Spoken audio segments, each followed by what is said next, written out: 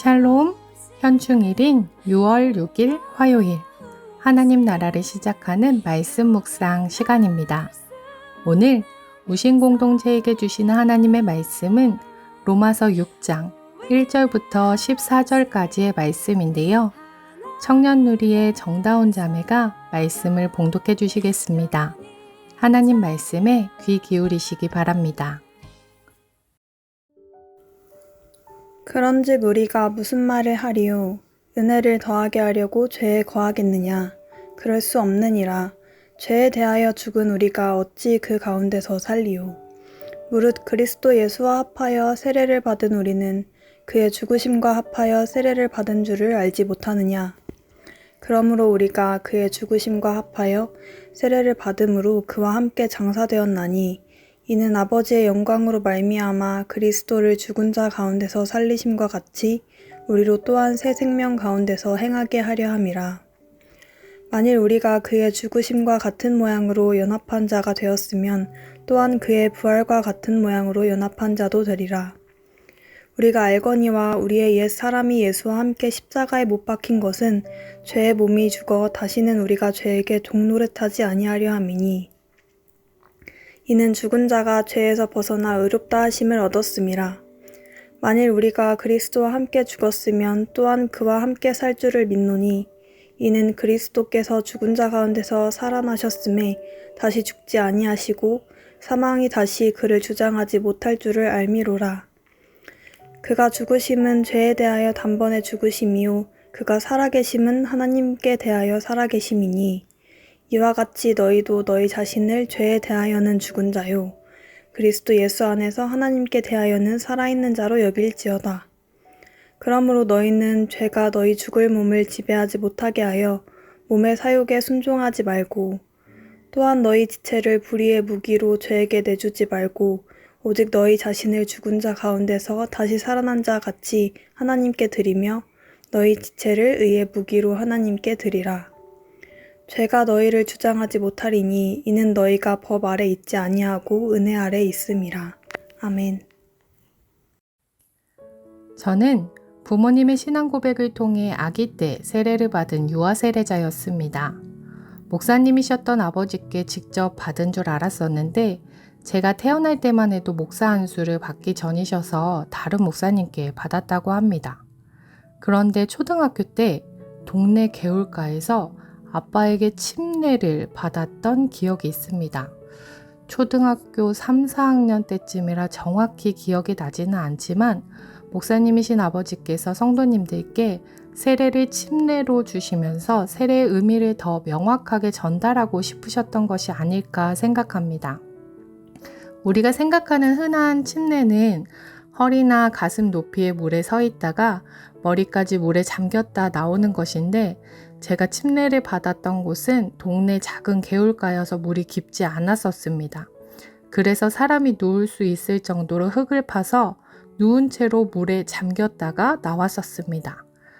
저도 옆에 있다가 아빠에게 침례를 정식으로 받은 것이라기보다는 체험을 해봤다고 해야 할 것 같은데요. 물에 누운 채로 잠겼다가 나오면서 세례는 정말 죽고 사는 것이구나 느꼈던 기억은 생생하게 납니다. 오늘 본문인 1절과 2절에서 바울은 거룩하다고 칭함받은 성도는 죄에 대하여 이미 죽었으므로 더 이상 죄 가운데 거할 수 없다고 분명하게 밝히고 있습니다. 그리고 3절부터 11절까지는 죄에 대하여 죽었다는 것에 대한 의미와 죄에 대하여 죽은 목적이 죄에서 자유케 되어 새 생명 가운데서 살기 위한 것임을 분명히 밝히며 세례에 대해서 이야기하고 있습니다. 3절에서 5절 말씀을 다시 한번 읽어드리겠습니다. 무릇 그리스도 예수와 합하여 세례를 받은 우리는 그의 죽으심과 합하여 세례를 받음으로 그와 함께 장사되었나니 이는 아버지의 영광으로 말미암아 그리스도를 죽은 자 가운데서 살리심과 같이 우리로 또한 새 생명 가운데서 행하게 하려 함이라. 만일 우리가 그의 죽으심과 같은 모양으로 연합한 자가 되었으면 또한 그의 부활과 같은 모양으로 연합한 자도 되리라. 동일한 본문의 메시지 성경에서는 이렇게 해석하고 있습니다. 세례는 예수의 삶 속으로 들어가는 것입니다. 물에 들어갔을 때 우리는 예수처럼 죽어 매장된 것입니다. 물 위로 일으켜졌을 때 우리는 예수처럼 부활한 것입니다. 우리 한 사람 한 사람을 우리 아버지 하나님이 일으켜 세우셔서 빛이 가득한 세상에 들어가게 해주셨고, 그래서 지금 우리는 은혜가 다스리는 그 새 나라에서 길을 찾아 살게 되었습니다. 예수 그리스도와 연합한 그리스도인은 세례를 통해 예수님과 함께 죽고 부활하는 것을 경험합니다. 물에 들어가 세상과 단절되어 죽음을 경험하게 되고 다시 물 밖으로 나와 예수처럼 부활하는 것을 경험하게 됩니다. 우리는 예수의 삶 속으로 들어가 예수님과 연합함으로 예수님의 죽으심과 예수님의 부활하심을 함께 참여하게 되는 것입니다. 죄된 나는 예수님과 함께 장사 지낼 때 죽게 되었고, 이제 나는 부활하신 예수님과 함께 살아가는 새로운 존재로 살아가게 되는 것입니다. 빛이 가득한 나라, 은혜가 다스리는 그 새 나라에서 살아가게 된 것입니다. 예수님께서 죄인인 우리를 위해 십자가에서 죽으시고 대신 죄를 사해 주심으로 우리는 그 은혜를 누리게 되었습니다. 웨스터민스터 신앙 고백을 기초로 하여 세례를 받기 전 교육과 문답하게 되는 소요리 문답의 95번째 질문입니다. 세례가 무엇입니까? 이에 대한 답입니다.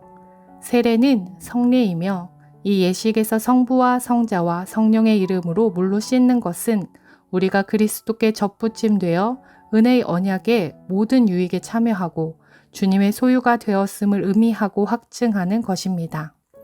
지난달 틴즈누리 11명의 친구들이 이 세례와 입교 예식에 참여하였습니다. 그 아이들 한 명 한 명이 그리스도께 접붙임되어 예수님의 소유로 살아가게 되었으며, 그것을 함께 목격한 우신 공동체 안에서 하나님의 자녀로 그리스도인으로 함께 신앙생활하게 될 것입니다. 이미 세례받은 우리들 또한 그들의 신앙 고백을 보며 우리가 세례받았을 때를 기억합니다. 우리 성도들 모두 틴즈누리 친구들과 함께 예수님께 접붙임되어 살아가야 할 것을 다짐해야 할 것입니다. 그럼에도 불구하고 아직 우리는 죄의 종노릇하며 아직도 죄에 쓰러지고 넘어집니다. 예수님께서 십자가에서 대속의 사건을 단번에 이루셨고 그 구원의 사역이 시작되었지만 아직 우리는 주의 부활에는 참여하지 못했습니다. 예수님께서 다시 오실 때에야 우리는 온전해져 예수님의 부활에 참여할 수 있게 됩니다.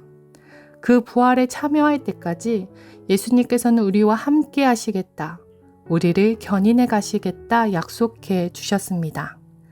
이제 우리는 성도로서 우리에게 주어진 새 생명과 신분에 맞는 삶을 살아가야 할 것입니다. 죄에 대해서 죽었고 하나님께 대하여 사는 그리스도인들로 살아가야 할 것입니다. 예수님께서 우리를 위해 이렇게 해주셨음을 기억하며 그 은혜로 살아가야 할 것입니다. 12절에서 14절 말씀을 메시지 성경으로 다시 한번 읽어드리며 오늘 하나씩을 마무리하겠습니다. 다시 말합니다. 이제 여러분은 삶의 길을 정할 때 죄에게는 단 한 표의 권한도 허용하지 말아야 합니다. 죄는 거들떠도 보지 마십시오. 그런 옛 방식의 삶이라면 잔심부름도 거절하십시오. 대신 여러분은 온 마음을 다하고 온 시간을 들여 하나님의 길에 헌신하십시오. 여러분은 죽은 자들 가운데서 일으켜진 사람임을 기억하십시오. 이제 여러분은 죄가 시키는 대로 살 수 없습니다. 여러분은 더 이상 그 옛 폭군의 지배 아래 있지 않기 때문입니다. 이제 여러분은 하나님의 자유 가운데 살고 있습니다. 기도하겠습니다. 사랑의 하나님, 우리는 예수님을 주로 고백하며 세례받은 그리스도인들입니다. 예수님의 죽으심에 함께 참여하였고 죄된 우리는 장사 지낸 바 되었습니다. 이제는 예수의 부활에 연합하는 날을 꿈꾸며 새로운 존재 그리스도인들로 살아가야 합니다. 이제 더 이상 죄의 계략에 넘어지지 않고 하나님께서 우리에게 누리게 하신 그 자유를 누리며 살아가는 높은 듯 우신 성도들 되게 하여 주옵소서. 감사드리며 예수님의 이름으로 기도드립니다. 아멘. 말씀을 기억하며 기도의 자리로 나아가겠습니다.